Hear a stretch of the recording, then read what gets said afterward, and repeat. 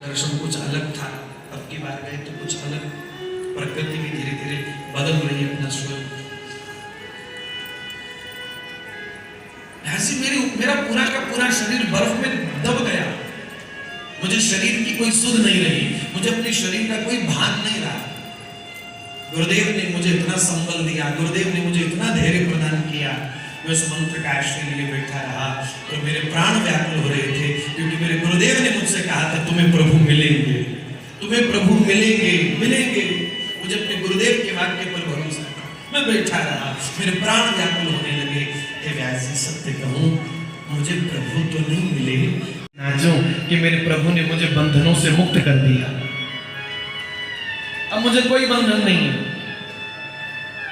मेरी माँ ने जीवन भर जो कमा करके रखा था मेरे भविष्य के लिए, जितना जो भी था मैंने सब अपनी माँ के लिए अंत्येष्टि क्रिया पर खर्च कर दिया। जो बचा सब इधर उधर लुटा दिया, मैंने दान कर दिया।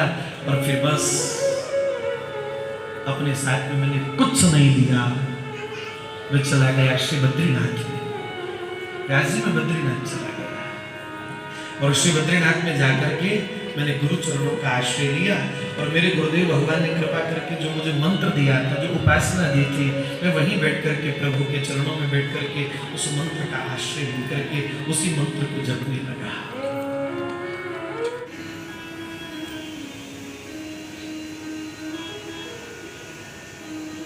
गुरुदेव चले गए,